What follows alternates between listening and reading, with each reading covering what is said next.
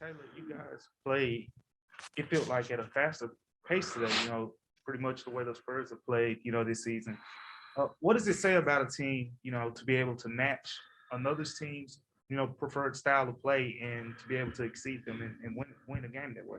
Yeah, I mean, I'd probably say rather than it being us matching their pace, I mean, give the Spurs a lot of credit. We knew coming into the game, fastest paced team in the league, protecting the paint was going to be a huge key. I thought we did a very good job of that.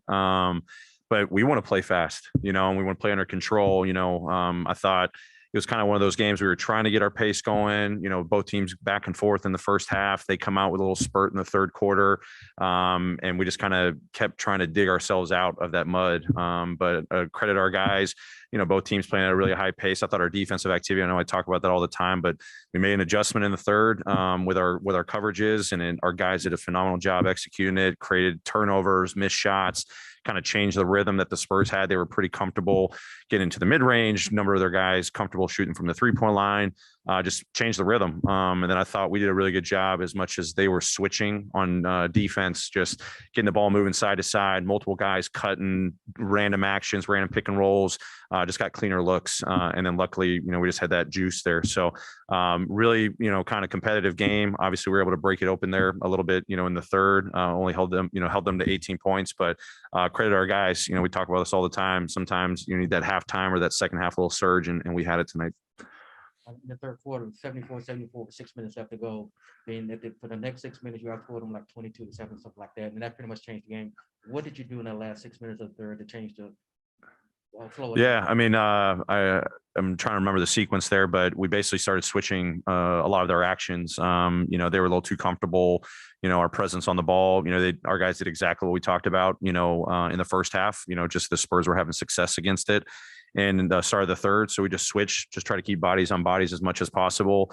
That forced them to play a little bit more one-on-one and play in the crowds, and our shifts were there. And we had great activity around the rim. I thought, our bigs did a phenomenal job, 11 blocks, BC coming in the game with his migs and verticality, Steven with his presence in there, Jaren, his presence, even Santi on a couple of possessions.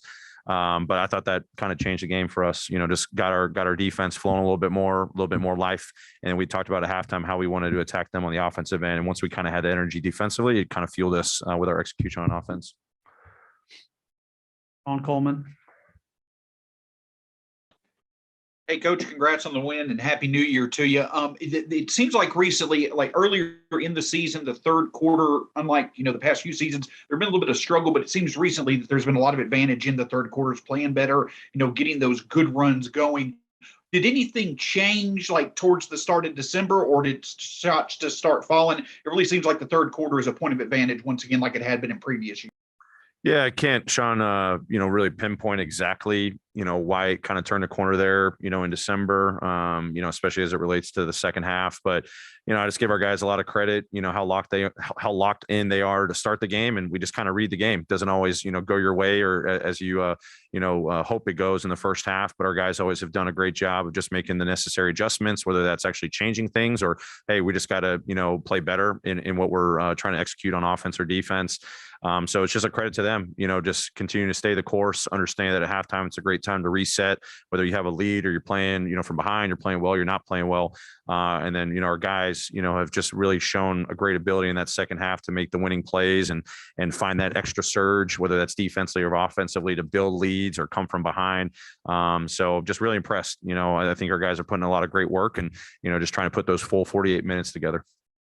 Coach, what can you say about Tyus Jones and Brandon Clark and what they showed you off the bench tonight? Yeah, I mean, those guys have been huge. I think even in this recent stretch, as our rotations are constantly changing. Just keeping multiple handlers out there. Tyus not often playing with Ja alongside Ja. I think it's actually created some great things for us. I love what he's doing. This is Tyus I'm talking about. Defensively. He's guarding on ball. He's guarding shooters off ball. He's accepting the challenge and responsibility there. And then just to have another dynamic ball handler out there to create offense for us. Ja on the ball, Ja off the ball, Tyus on the ball, off the ball, him shooting it confidently from the outside, been a huge spark. And then, with BC obviously having some time off, put a lot of work in to just try to have that rhythm as soon as he stepped back on the floor. I think came back, out on the West Coast trip. I mean, he's just given us so much energy, defensively, the versatility he has, think you see his activity around the rim, also, and then just the pop he's playing with in the offense, where we just want to keep emphasizing, keep playing. Well, you just need body movement and ball movement. And he's a great example of a guy that's constantly in motion, moving, threat at the rim, threat in the mid range. That spark, I hit him with that. The spark you're playing with is giving us a huge boost. So how important is it against an offense like San Antonio to switch up the looks like you did a few times today, specifically like you mentioned in the third quarter there? How important is it to switch up those looks and give them different looks?